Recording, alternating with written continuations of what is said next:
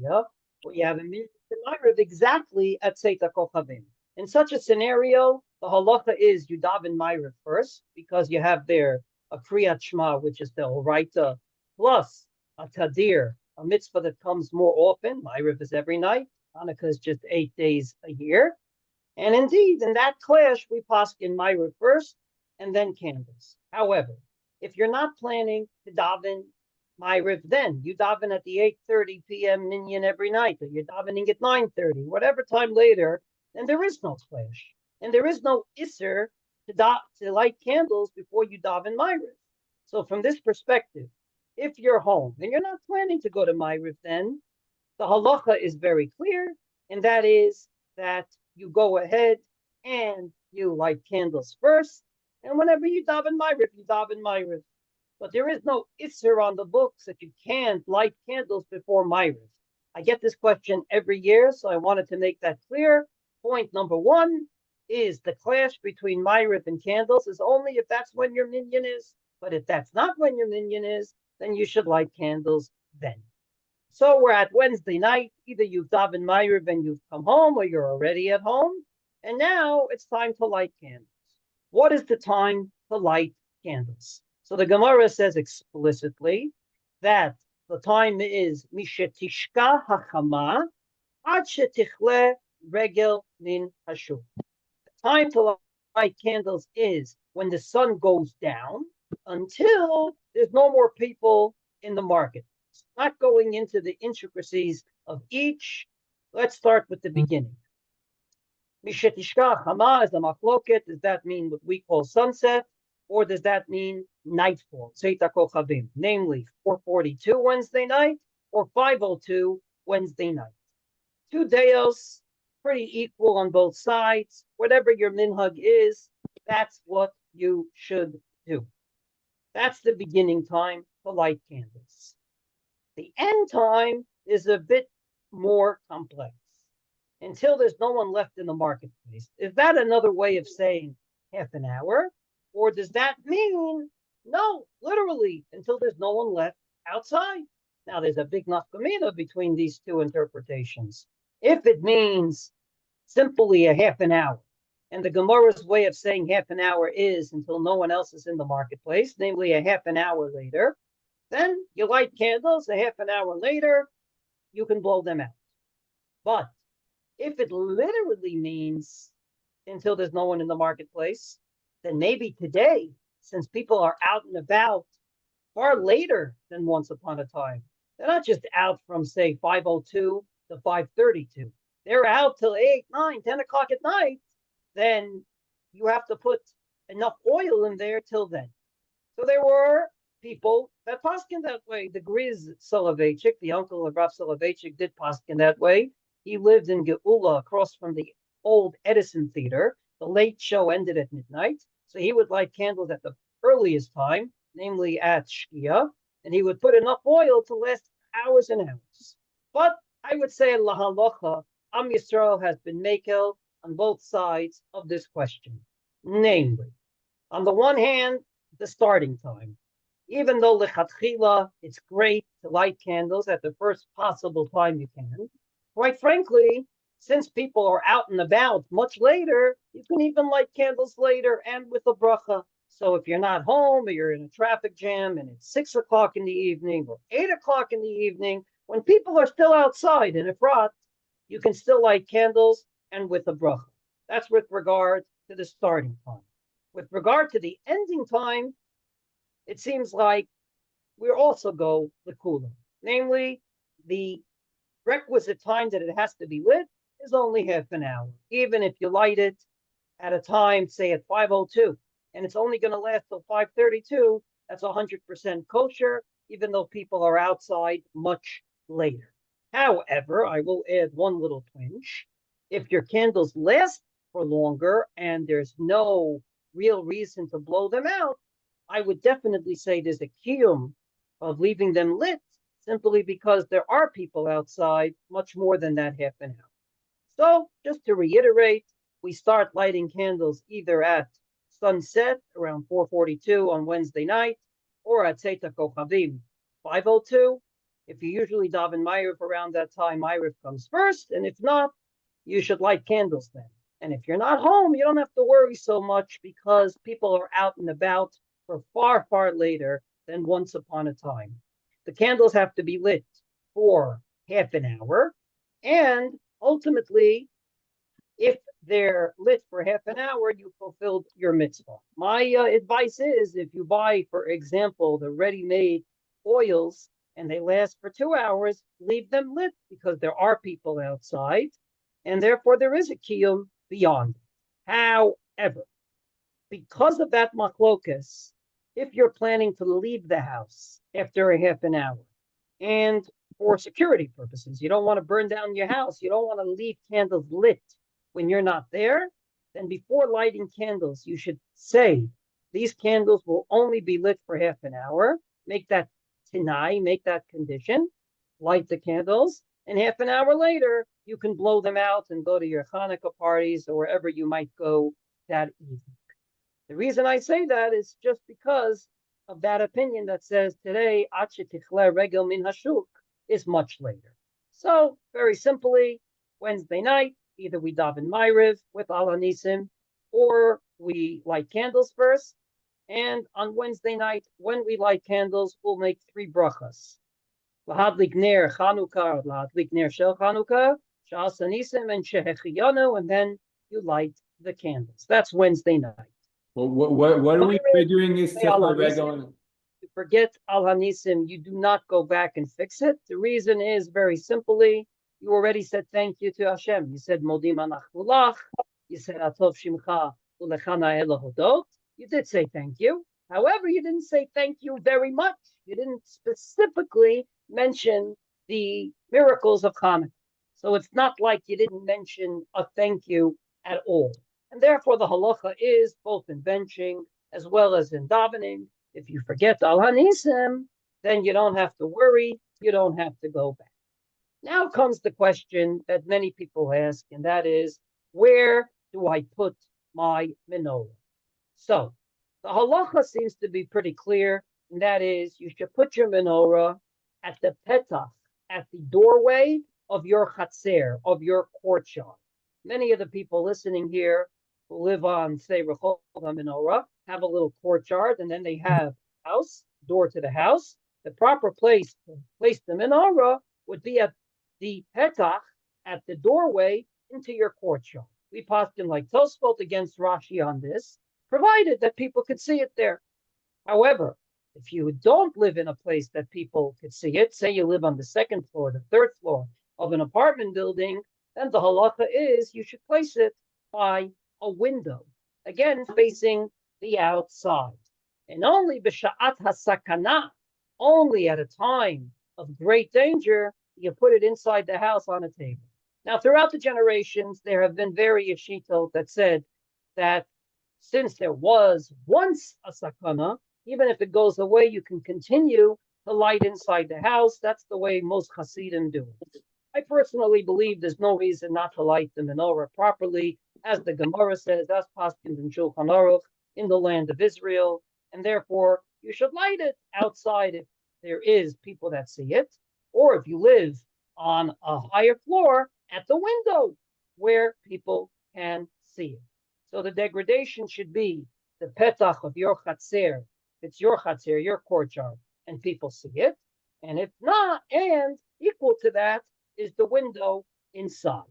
However, I want to put one important law and stipulation to this. You can only put it at the doorway of your chatzer if your chatzer has a doorway. But if there is no doorway there, then it's not considered a petach, and therefore you shouldn't put it there. You should put it in the window. Namely, if you walk around and you see people put their menorah on their mirpesset, literally on the mirpesset, I personally believe that's not the proper place to put it. It's not a petach at all, and it's not a window. Therefore, you can't just put it on the mirpesset on the ledge. There is no kiyum to that. It has to be either the petach of the chatzer, or as Rashi says, the petach of your door if you don't have a chatzer, or your window. Putting it stam in the middle of nowhere is not a kiyum. Therefore, I personally never understood, and I won't understand, the sect of Judaism, we'll call it that way. That's part of Judaism when we all love them. But on Hanukkah, they do something very peculiar, and that is in the middle of nowhere, they light a menorah with a bracha. There's no problem to light a menorah. But quite frankly, to light it in the middle of nowhere is no kiyum. You need to have ner ish ubeitol. You need to have a candle. You need to be a person, and it needs to be connected to a house, facing the outside, but in a house. So a window or a doorway, not stum in the middle of nowhere. I think Bensi or someone just asked, what is the time that people are no longer outside in Efrat? I'll tell you honestly, I can't really give a specific time, but I would say on a weeknight, the time would probably be around 11:30. But again, there are people outside even later. And this leads me to my next point, and that is, if you're not home at 5:02 or 4:42, can you light later? I believe today we're making on this, and therefore, as long as there's people outside, and there are cars coming and going, then I think you can light with a bracha up until Alot HaShachar, up until dawn the next day. At dawn, that's when you can no longer light candles. So from this perspective, I don't believe there's a problem to light even at 10 o'clock at night. You want to be machmir, make sure someone in the house is up to see it. But even if you see it yourself, that probably would be good enough. But again, even when I come home late sometimes, I still see cars coming and going. Not at 2 o'clock in the morning, but at 11 o'clock at night, 11:30 at night. And I think you can still light with a bracha at that time. So just to sum up this point, you light either at the doorway to your courtyard or at your doorway to your house if you don't have a courtyard, or at the window, preferably facing the outside. My advice is that if you're Ashkenazim and everyone in the house is lighting a menorah, then don't bunch them up all in the same place. Rather, since the whole idea is Pirsumei Nisa, to go ahead and to publicize the miracle, I don't believe that it's a problem to go ahead and put them all together. I think it's a big problem because you could put them in each and every window in the house, and in place of which you put them all together, which can lead to a problem called a medurah. People would look at it and say, that doesn't look like menorahs, it looks like a bonfire. Now, usually that's not a big problem because the menorahs are distinct. But I'm saying, why not? If you have different windows in the house, let's say you're 6 people and there's 6 windows, light a menorah at each window. So there'll be a bigger Pirsumei Nisa for that house. Have one menorah at the entrance to your courtyard, another one on a window on the 2nd floor, another one on the window on the 1st floor. It publicizes the miracle much nicer. And ultimately, I think that might be the better way to go, if possible. And that's what I would suggest to do. I can tell you in my house, that's the way we do it. We divide up the menorahs between 6 different windows. We don't put 2 menorahs at the same window. I was asked, what is the prohibition of work for women after Hanukkah candles? There is no prohibition. It's just a minhag. It's only a custom. So whatever your custom is, that's what you should continue to do. I think it's a beautiful thing that women don't do work after they light the menorah. But again, it's only custom. And there's a lot of leniencies as to what work is considered work and what's not considered work. Is cooking involved in that or not? I wouldn't be machmir on that point. Moving on. I want to suggest something this year that might sound a bit innovative, but our shul, thank God, is open. So I'd like to suggest as follows. We have seen in the last year and a month many miracles. If we think where we were last year versus where we are this year, it is just amazing that 3 arch leaders who were enemies of the Jewish people are no longer. Not to mention the fact that many other miracles have happened. Some of them I spoke about on Shabbos. My suggestion is that we have to give proper thanks to God. And therefore, there are 2 ways to say the second bracha on the menorah. I'm going to suggest, especially this year, that the nusach we should use is not bayamim ahim bazman hazeh, but rather bayamim ahim bizman hazeh, at that time and in our time. This is a nusach that's out there. It's not something I made up. And I believe this year it should be utilized because we have been privileged, thank God, to many, many miracles this year. And therefore, I think that especially on days that are devoted to Hallel, the Hoda'ah, we should absolutely mention them at our Hanukkah parties, at our drushas, and yes, when we light candles by Yamim Ahem, Bizman Hazeh, not by Yamim Ahem Bizman Hazeh. Suggestion, obviously, if you're not into it, the other way of saying is 100% fine, but I think that especially this year, it should be something that at least we should contemplate. Moving on.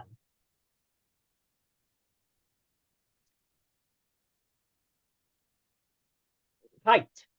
I was asked about height. So the Gemara says that you cannot put your menorah above a stream amma, but you start measuring that from the floor.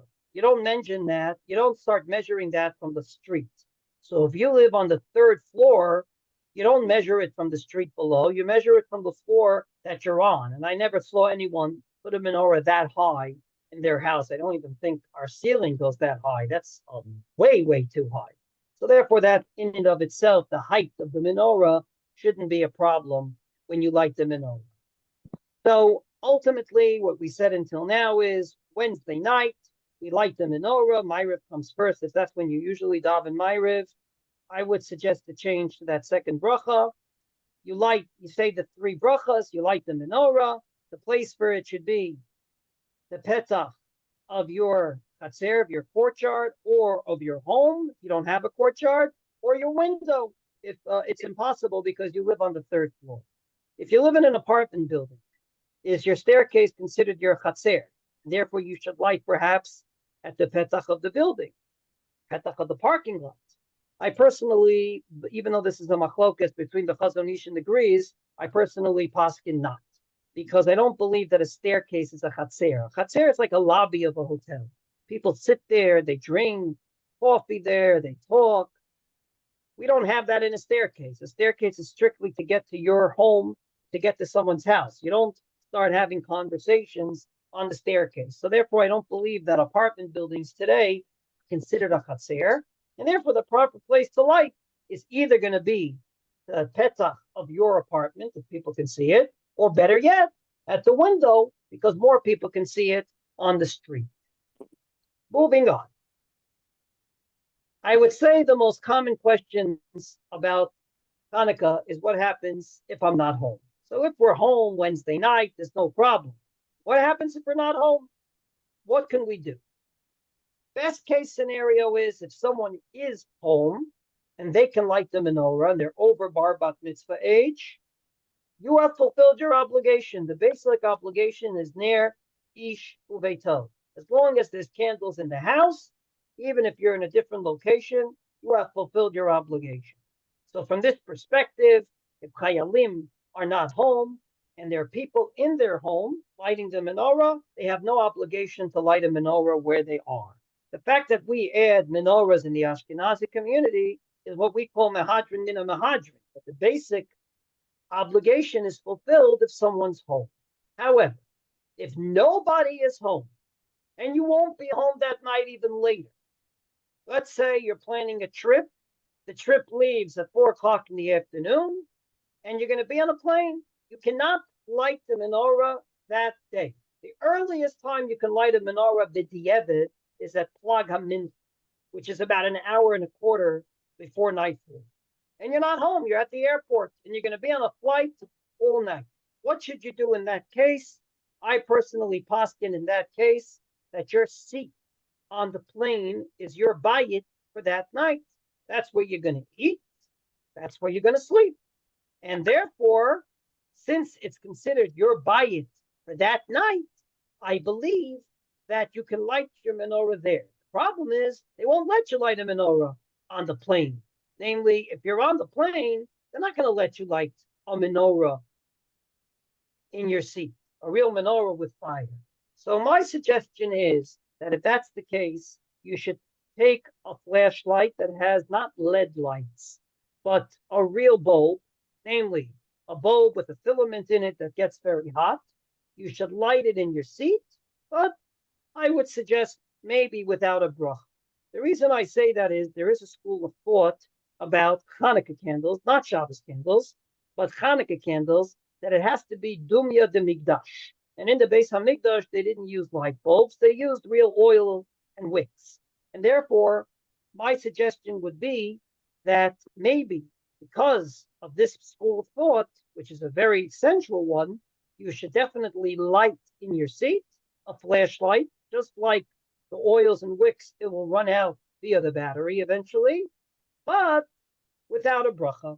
And you can sing Mazel Torah and Halalu Halalu, but without a bracha, just to be choshesh for the opinions that A, maybe it's not a kosher menorah, and B, maybe your seat is not your home that night. But again, if someone is home and is lighting for you in your home, you really do not have to worry about lighting Hanukkah candles. If, however, in the strangest case possible, you're on a totally different time zone, so far away from Israel that there would be no way in the world that you would be obligated at the same time. Namely, you're in Australia. So when basically it's nightfall there, and throughout the night, it's not even nightfall in Israel yet. And by the time it gets to night in Israel, it's already morning there. Then in that case, my suggestion is to give me a call and we'll find a solution. But if someone is lighting in your own home, then again, you have fulfilled your obligation. You do not have to light where you are. If, on the other hand, you're not on a plane, but you're at someone else's home, that brings us to a very famous sugya called the achsenai, the guest. In such a case, I would just poskin that if you would like to, you can probably light a menorah if you're sleeping over someone else's house. Namely, Friday night, say you're sleeping over for Shabbos, you can light a menorah there. Best in your own room that you have for Shabbos, and if not, whatever location they tell you. But if you're not sleeping there, then I really don't see the connection between you and that house. So if you're at someone's Hanukkah party at 5 o'clock in the afternoon, and you're there for 2-3 hours, I don't believe that you can light your Hanukkah candles there. You should wait till you get home and light them at home. You should not light them just because it's the time to light in a place that's not your home. So I would say even sharper. The seat on the plane is more your home than being at a Hanukkah party at candle lighting time. So again, best to light in your own home or in the home you're staying and sleeping over. Okay, so we finished Wednesday night. We put our menorahs in the right place. We made the brachas. Now we come to Thursday morning. Thursday morning, we add Hallel to davening with a bracha, full Hallel, and this will continue throughout the 8 days of Hanukkah. And now we come Thursday night. Thursday night, how do you make the brachas on the menorah? So most of Am Yisrael makes the brachas like this. They say the 2 brachas, lahadlik ner shel Chanukah and she'asa nisim, and then they light the menorah. However, there is a school of thought based on Masechet Sofrim that says this is incorrect. Lahadlik ner shel Chanukah is a birkat mitzvah, and immediately after you say the bracha, you should do the mitzvah. So therefore, you should light right away. Moreover, she'asa nisim is a bracha that you would even say on someone else's menorah if you yourself didn't light. Namely, for some reason you're homeless that night and you're walking and you see a menorah and you're not planning to light, you would say she'asa nisim on someone else's menorah, meaning you have to see the candles first before saying that bracha. Because of this, Rav Soloveitchik had a chiddush. His grandfather, Rav Chaim Brisker, agreed that from the 2nd night through the 8th night, the proper way to light is to say the bracha, lahadlik ner Chanukah, lahadlik ner shel Chanukah, light the first candle, and only after you see that first fire, you should say the second bracha of she'asa nisim.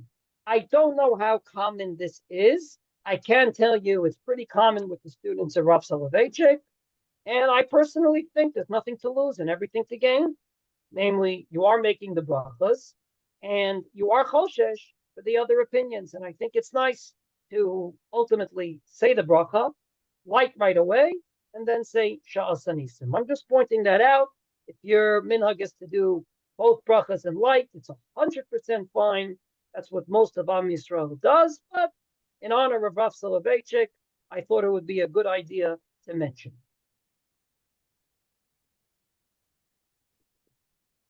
Okay. I also want to point out that if you're in someone else's home and you're sleeping over and you don't want to light your own menorah, you can mishtate befruta with the balabayit's menorah. Namely, you're sleeping over, you didn't bring a menorah. You just give a coin or something to the balabayit and say, I am going to be part of your lighting. And ultimately, you don't have to light your own menorah. But I'm pretty sure most people like to light their own menorahs. So therefore, I'm assuming that solution is not one that you want. But sometimes it's Friday, you're staying over for Shabbos, you forgot to bring a menorah, and there is no extra menorah in the house. In such a case, you can mishtate befuta with the balabayit, and ultimately, that would be 100% correct for your menorah lighting. Now we get to Friday. So Friday is going to be a busy day. Erev Shabbos, it's a short day, and we have to light the menorah, and we have to get ready for Shabbos. So first and foremost, be calm. Even though it's a short day, we should be calm. Number 2, there is a minhag on Erev Shabbos Chanukah to be choshesh for the opinion of the Bahag that says that when you light candles, you accept Shabbos. So many women around the world, mainly from Ashkenazi communities, but not only, have accepted the Bahag, and therefore, the minute they say the bracha, lahadlik ner shel Shabbat, they can't light the candles. So what do? They light the candles before the bracha, not following the normal protocol where we make the bracha and then do the mitzvah. But because of this Bahag, they're choshesh. But usually, if you're not lighting candles yourself, say men who don't light candles are not choshesh for this Bahag. But for some reason, once a year, we are choshesh for the Bahag. And when is that? On Erev Shabbos Chanukah. In what way? In 2 ways. One, everybody does. The other, some people do. Way number 1, we all light the Hanukkah candles before the Shabbos candles. Because again, we assume the minute you light Shabbos candles, you accept the Shabbos. So even though on a normal Friday, the woman of the house maybe lights candles 18 minutes before sunset, and the men are still in the shower, or they're still on their phone, Erev Shabbos Chanukah, we choshesh once a year for the Bahag, and ultimately, we all light our Hanukkah candles before the Shabbos candles. But again, this is the Bahag. It's one opinion. If you don't get there on time and you're still before Shkia, you're still before sunset, it would be 100% legitimate, even if the Shabbos candles are already lit, for you to light the Hanukkah candles. But if you can, that should be the order. First the Hanukkah candles, then the Shabbos candles. To make things less lachutz, less intensified, my suggestion is to just light the candles of Hanukkah, have usually the woman of the house light the Shabbos candles, and then sing Ma'os Tzor and Erol Halalu, so that you're not going to be looking at your watch constantly. So that's the first way we're choshesh for the Bahag once a year. It's like during Aseret Yemei Tshuva, the Ramah says we don't usually hold from all the heterim that we use all year for, say, Chalav Yisrael or non-Chalav Yisrael, pat palter, namely a piece of bread that was baked by a non-Jewish baker. For those 10 days, we're more machmir. There's one Erev Shabbos a year that we're machmir for the Bahag for the whole house, not just for the woman lighting the candles. The second way we're choshesh for the Bahag is a little less known, but in Israel, very in. And that is to daven mincha before you light candles, namely to daven at an early mincha on Friday. Once again, because if you accept Shabbos at the lighting of the candles of Shabbos, then how can you daven mincha? After all, it's already Shabbos. You've turned Friday into Shabbos. So how can you daven the mincha of Friday? Now that particular chiddush is not as mikubal for two reasons. Number one, many people around the world work on Friday. It's only in Israel we have this innovation where we don't work on Friday. So they can't get to an early mincha. They barely make it home on time for Shabbos. And number two, maybe you could daven mincha after you accept Shabbos. Accept Shabbos means not that you turn Friday into Shabbos, but you stop doing malacha. So I stopped doing malacha. But I can still daven mincha because it's Friday. So because of that, that chiddush is a little less mikubal. However, since many people do it, as it's written in the Mishnah Berurah and other places, I think in our shul we should do a tally that Friday and see who's going to daven at the early mincha, who's going to daven at the regular time, and we'll decide if we should have mincha or just Kabbalat Shabbat and Ma'ariv that night. Moving on. Just checking the chat.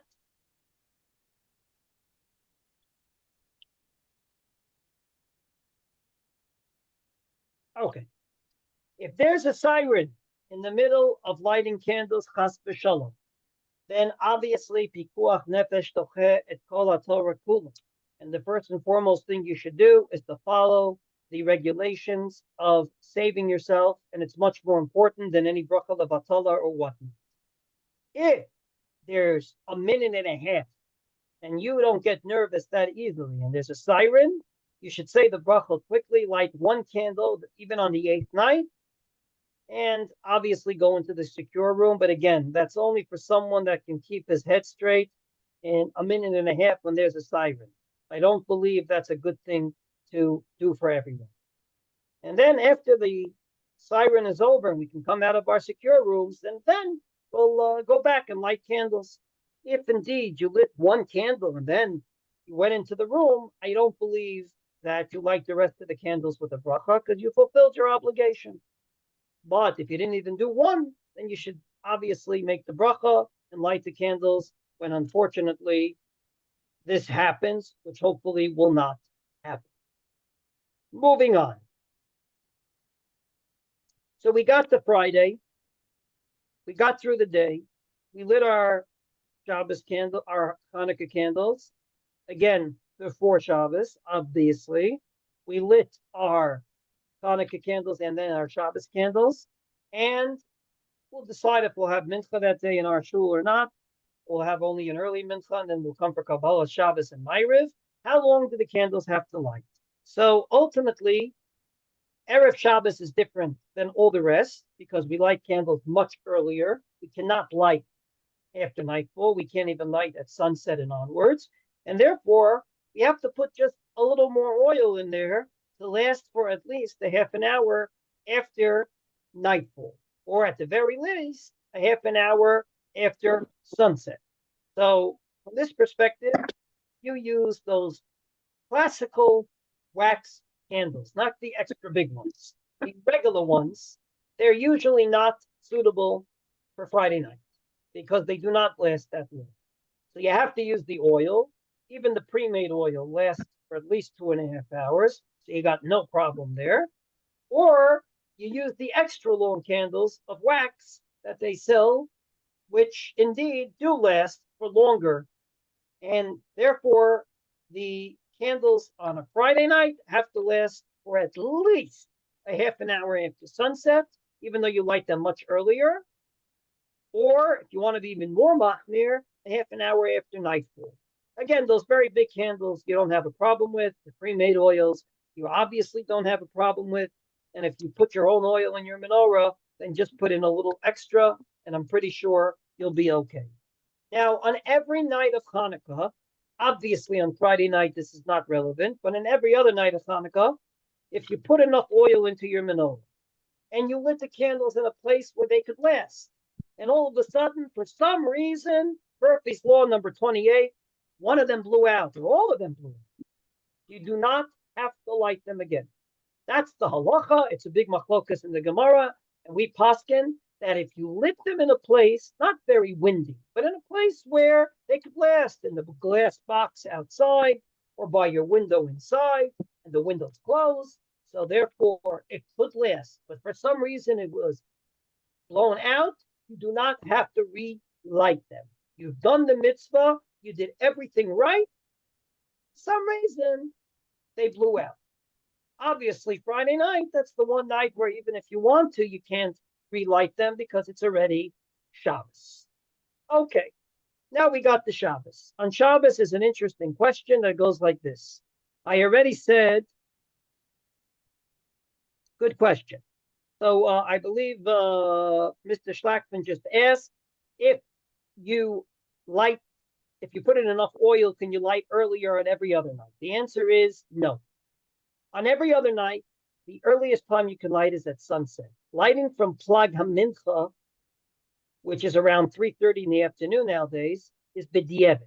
Namely, if you won't be home later at night, there's no way in the world that you can light candles before dawn, then and only then could you light candles at Plag HaMincha. But on Friday night, that's the only time that it's lechatchila, because the Chachamim, when they made 8 days of Hanukkah, knew there's going to be a Shabbos, and they had to enact that on Friday night it has to be earlier. But every other night of Hanukkah, the degradation would go like this: best at sunset or at nightfall, or a little later than that. That's lechatchila. Second, if you're going to be home before dawn and there's going to be people up and about, you should light candles then. Only if you won't be home. Let's say you are going to be home at Plag HaMincha at 3:30. At 4 o'clock, you're getting into a taxi and you're going to Chutz La'aretz. Such a case, you can light candles from Plag HaMincha because you won't be home later to light candles. So on every other night, no. Only Friday night is good. Friday night at the meals. Friday night, Shabbos morning. The halacha is that if you forget Ritzei, you have to go back and bench again. If you forget Al Hanisim, as I said earlier, you don't have to go back. But what happens on Shabbos Hanukkah? Do they merge into one? And the laws are the same for both? It becomes Shabbos Hanukkah, and Al Hanisim becomes an obligation because there's an obligation to eat meals? Or no, we still say that there's a Shabbos and there's a Hanukkah. They happen to live in the same room, but they're roommates. They're not husband and wife. They didn't merge into one. There is a chiddush, I believe, of the Netziv Mivolozhin. He says they do merge into one. But the halacha is that if you forget Al Hanisim on all the days of Hanukkah, including Friday night and Shabbos morning, and there's an obligation to eat bread, you don't have to go back. However, I would say, like every Friday night and Shabbos morning, you do have to go back. Shalosh Shudas, you don't, because there's an opinion that says you don't need bread for Shalosh Shudas. So I'm just mentioning that. I will say that it's ironic that Dafka on Shabbos, I believe, more people say Al Hanisim than during the week, because during the week, not many people eat bread every day, and they only eat bread on Shabbos. And number two, since we're all benching together and sometimes we're singing Baruch Atah, etc., we remember Al Hanisim much more. So the halacha on Shabbos remains the same as during the week. If you forget Al Hanisim, you do not need to go back and bench again. If you forget Ritzei, you do need to go back and bench again. Okay, Shabbos is Shabbos. We have 2 Sifrei Torah, but now we got to Motzei Shabbos. Motzei Shabbos in our shul, first and foremost, there's a Ma'ariv minyan in our shul every Motzei Shabbos, and therefore we should fulfill the minhag of lighting a menorah in shul. Forget about the menorah that we light at home. We have to light a menorah in shul. It's an ancient minhag. Doesn't say so in the Gemara. Doesn't say so in the Rif. To my recollection, not in the Rambam. But the Shulchan Aruch says not only do you light a menorah in shul, you make a bracha on it, which is surprising because the Shulchan Aruch is the proponent that says you don't make brachas on minhagim. In any case, suffice it to say that there is a minhag like this. So Friday night, I have reason to believe that there will not be a minyan exactly at the time that we're supposed to light a menorah. Part of the people will daven mincha earlier, and ultimately I don't know if we'll have a chance. But Motzei Shabbos, there's a good minyan, and therefore, theoretically, we should light a menorah. The only difference is it will be on the Kotel Dromi, on the south side of where we daven, and not at the Petach of the Chatzer. It's a totally different din, and that is Persume Nisa for the minyan. Dumya the Migdash. In the Migdash, the menorah sat at the south side, and therefore that's what we do in Shul. The Motzei Shabbos, I think that should be done, and it should be done only if we have a glass box and it could last. And number two, it should be done if there's a minyan. And number three, and it should be done before the Yehi Noam, namely before Kaddish Tiskabel. So there is a minyan that's still waiting finish, meaning there's still Ma'ariv left. That's the time to light in Shul. So it's before Abdullah, before Yehi Noam, obviously after Shabbos. That's what we should do for Ma'ariv. Now, after Ma'ariv, we get home, what do you do first? Havdalah or candlelight? There are two minhagim, and they are both legitimate. So Motzei Shabbos, either or. The general minhag is to make Havdalah and then to light candles. Sort of like Friday night opposite. First, Chanukah candles, then Shabbos candles. Motzei Shabbos, first you finish Shabbos with Havdalah, and then you light the candles. Any of the two minhagim, as long as you said Tzachon Antanu in Ma'ariv, or you said Baruch Hamavdil ben Kodesh L'cho, any of the two minhagim are legitimate. But the general minhag, at home at least, is to first Havdalah and then candles. I want to advise everyone on Motzei Shabbos not to be so tense, because just like the Chachamim made a takana that on Friday we can light earlier, they made a takana that Motzei Shabbos you can only light after Shabbos is over. So you're already past nightfall. And we'll add that people are up and about after Shabbos. In other words, if Shabbos ends at, sake of argument, 5:30, and you light your candles at 6, people are out and about for a good few hours. So you don't have to go crazy. But Zriz Magdimin Mitzvot, it should be done as soon as possible. But don't go crazy. You can't prepare for it on Shabbos, obviously. You have to wait till Shabbos is out. Put the menorah, put it up with the candles or with the oil, and take it away, as we say. But you do not have to be lachutz, Motzei Shabbos.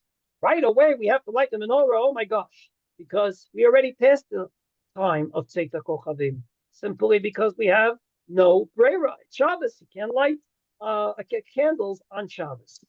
So that's Motzei Shabbos. Moving on, if I may.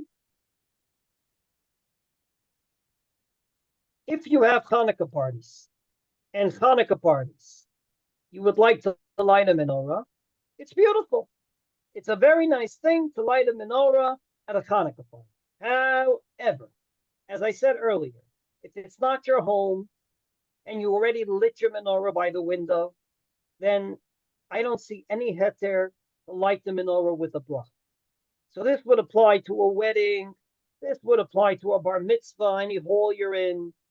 It's nice to put a menorah on the table. There's nothing wrong with it. I think it's beautiful. But I really don't think you can light with a bracha unless you're in a home or you're in a shul. But outside of those two, I don't think there's a heter to say God's name in vain and light a menorah with a bracha. But just to light a menorah, there's no isser involved. So you can take a beautiful menorah, put it in the middle of the table and light it. And it adds aura. I think it's a beautiful thing. There's no halacha that you have to have meals on Chanukah. But if you say Shirot V'Tishbachot to Hashem, and you talk about the miracles of then and the miracles of today, then it becomes a Su'udas mitzvah. So why not add a menorah to it? But again, without a bracha. The only place to make a bracha is in a shul or in a home. In a home that's connected to you. You're sleeping there. But stam at a party, I don't think so. So with your permission, after getting through the 8 days of Hanukkah, there's no questions. Let's now transform into Asara BeTevet that comes out on Friday. If there's any questions, I'm looking at the chat.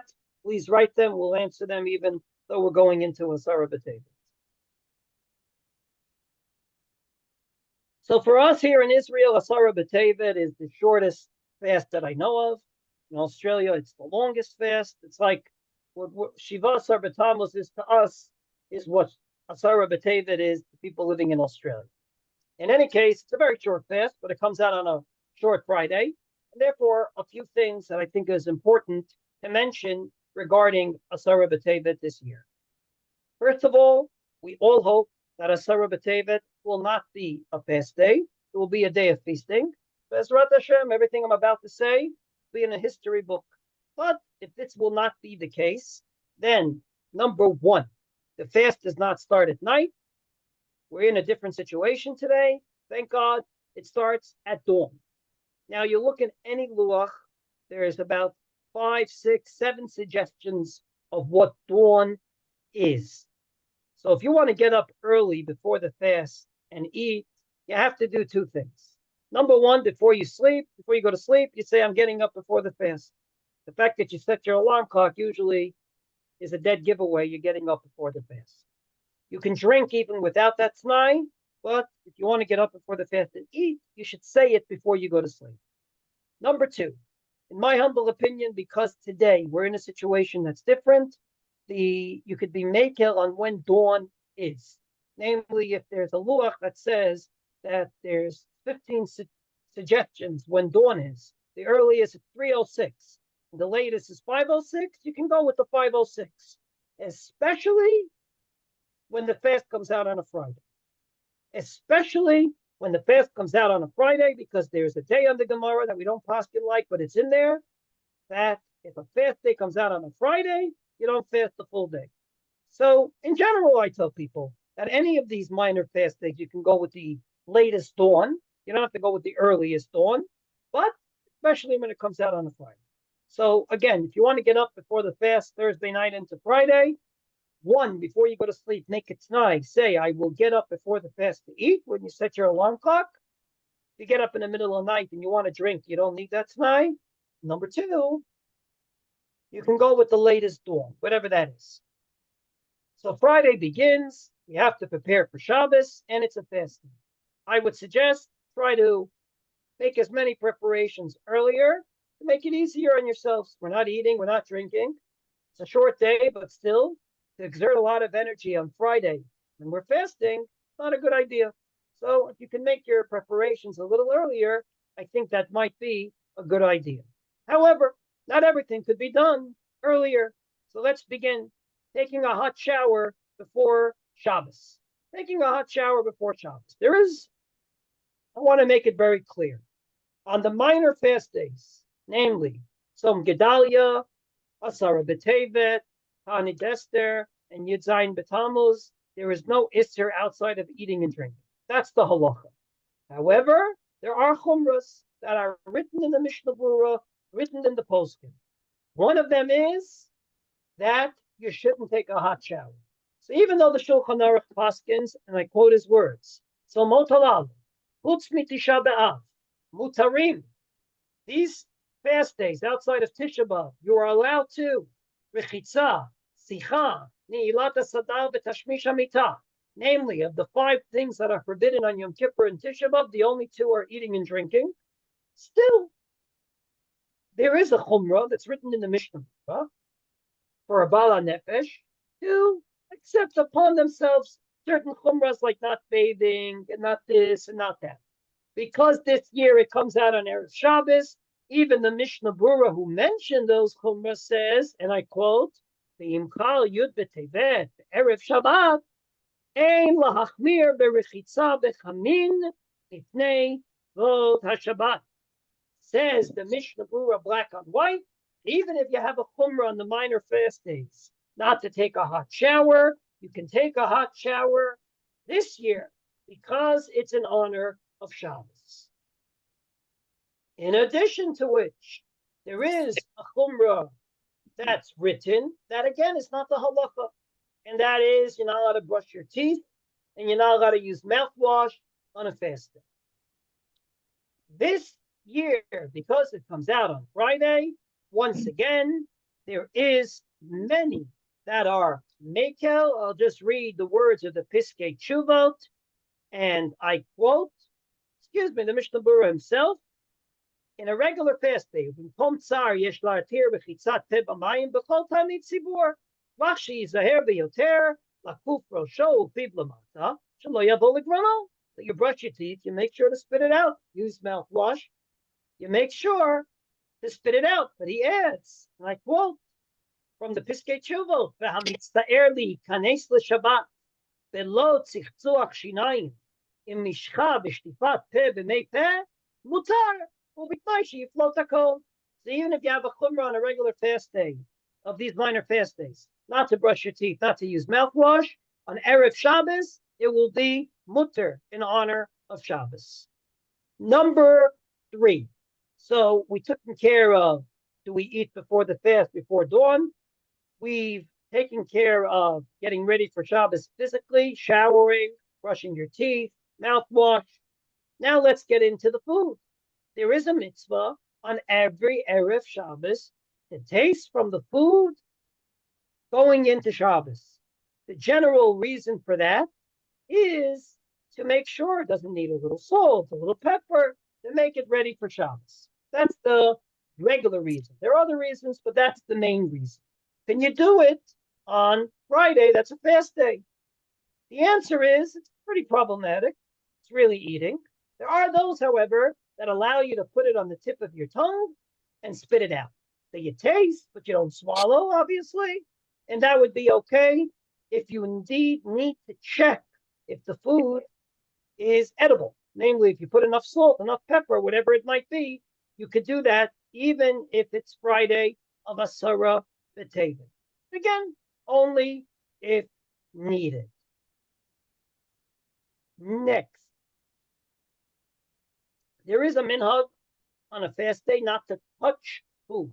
It's written in the Pri Megadim, but obviously on Friday in honor of Shabbos, you can touch the food and get it ready for Shabbos. You can touch the dishes and get the table ready, which leads me to Mincha.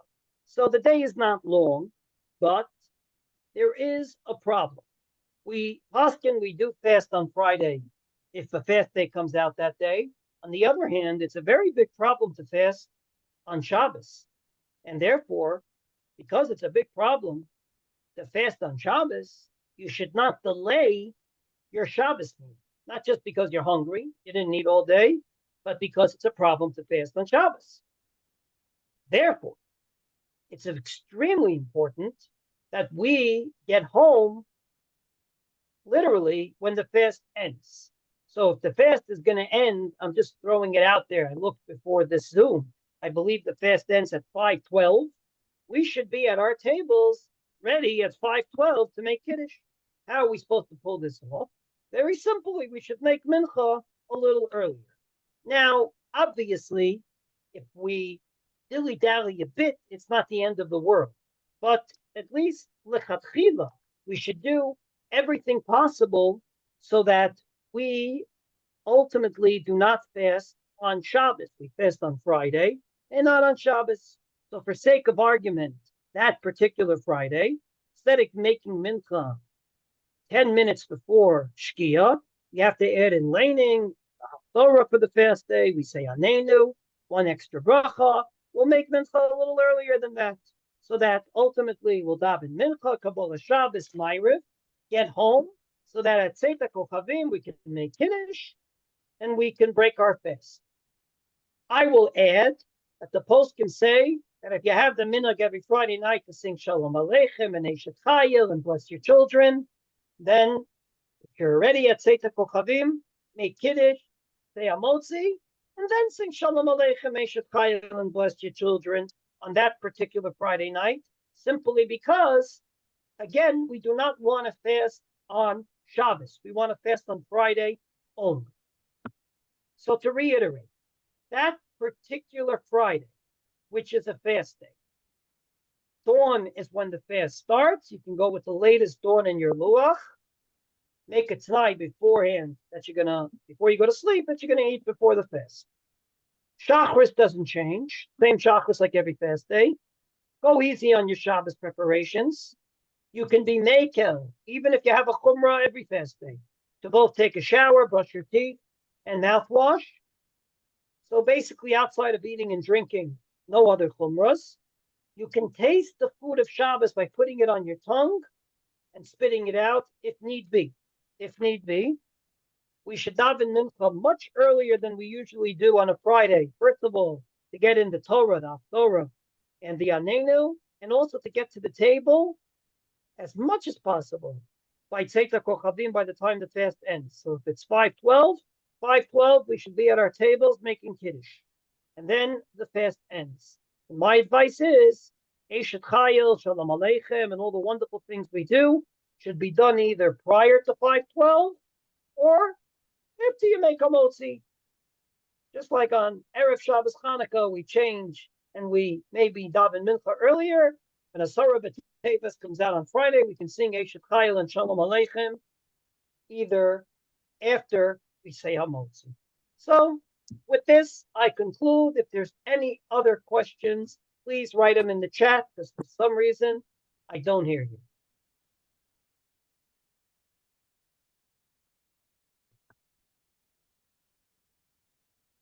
Okay, we'll just give a minute because writing takes a little longer than talking. I'll meanwhile check if anyone wrote. No, no one wrote in the WhatsApp. Okay.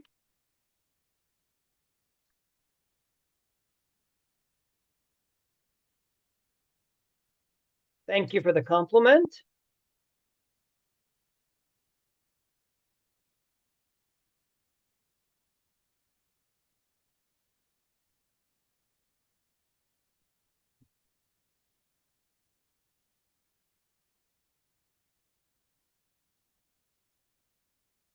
Okay, I got asked the following question. Can you eat before you light the menorah?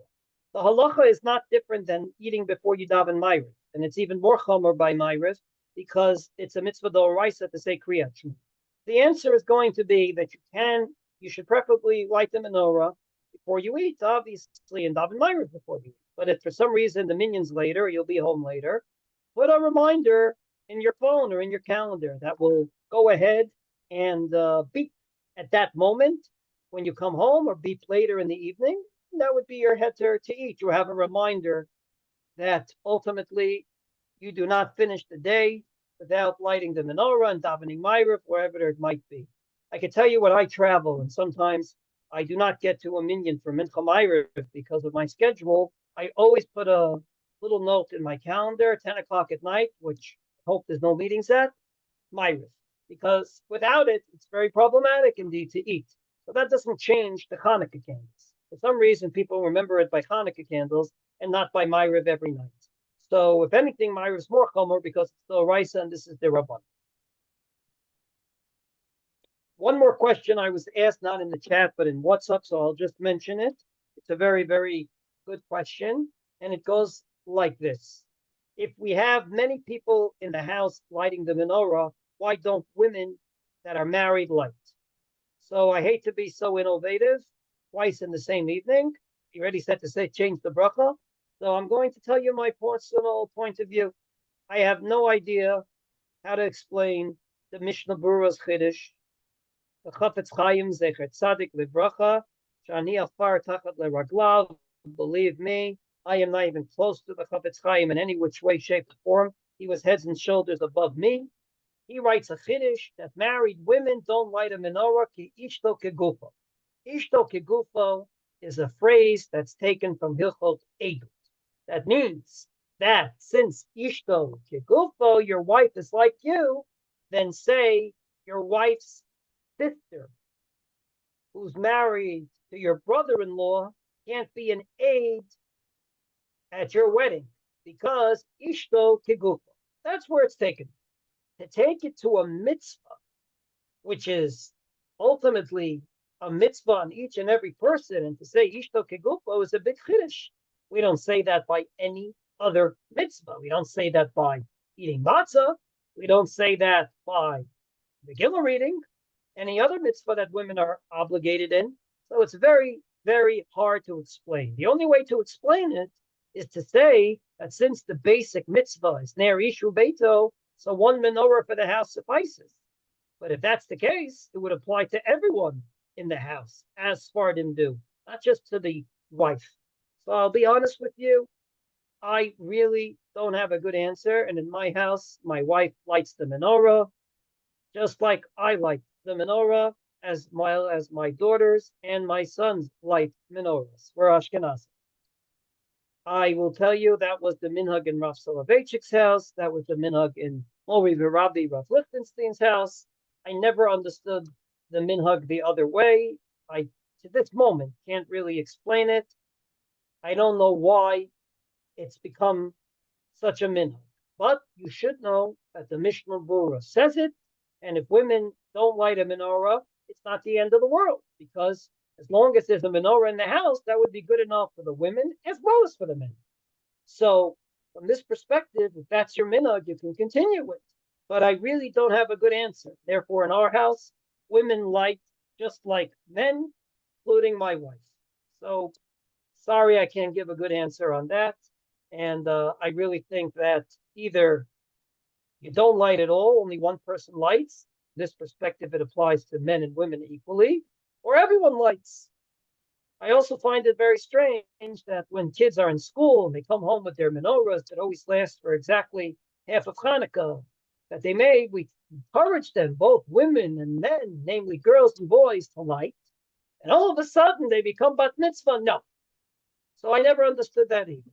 So, as I said, in my house, women like men light the menorah. All in all, 6 people in the house, 6 windows, 6 menorahs. Any other questions?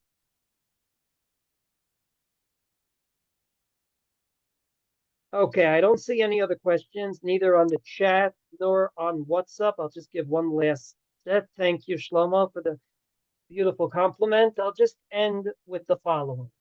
And I said this earlier, and I want to reiterate.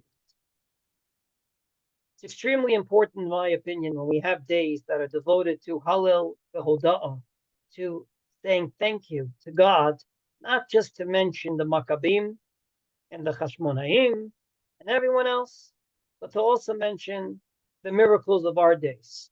And thank God, in the last year, there were miracles, despite the terrible tragedy that we all went through and are still going through to an extent. And I want to encourage everyone at their Hanukkah parties, as well as other parts of Hanukkah, to mention those miracles as well. To mention that we have a state of Israel. We were the first time in many years, maybe even since Beit Sheni, are able to fight back, and we were successful in many battles. Unfortunately, we lost many, as in the time of the Chashmonaim and the Maccabim, and we mourn each and every one, and we don't forget anyone that has not come home yet. And at the same time, we have every right to thank HaKadosh Baruch Hu for the miracles that we've seen in the last year. We're sitting here tonight, and Baruch Hashem, the terrible dictator of Syria is no longer in Syria, and Israel went in without a shot fired, not to mention other successes. Maybe we would like bigger successes, but there have been many. And I believe that on days like this, the Hodot Lehalel L'Shimcha HaGadol cannot just be about the miracle of the menorah, as well as the miracle of that war. We're in the middle of a war. We have an obligation to think about these things and to talk about these things as well. So Bezrat Hashem, as we go through this Hanukkah, hopefully there'll be more miracles in the next week and a half that we can talk about. And in Mirza Hashem, our Hanukkah will be complete in that we don't just talk about Bayamim Ahem, but also talk about Bizman Hazeh. Thank you all very much for listening. Wishing everyone a Layla Tov, a good evening. And in Mirza Hashem, we should be Zoche to a Chanukah Sameach.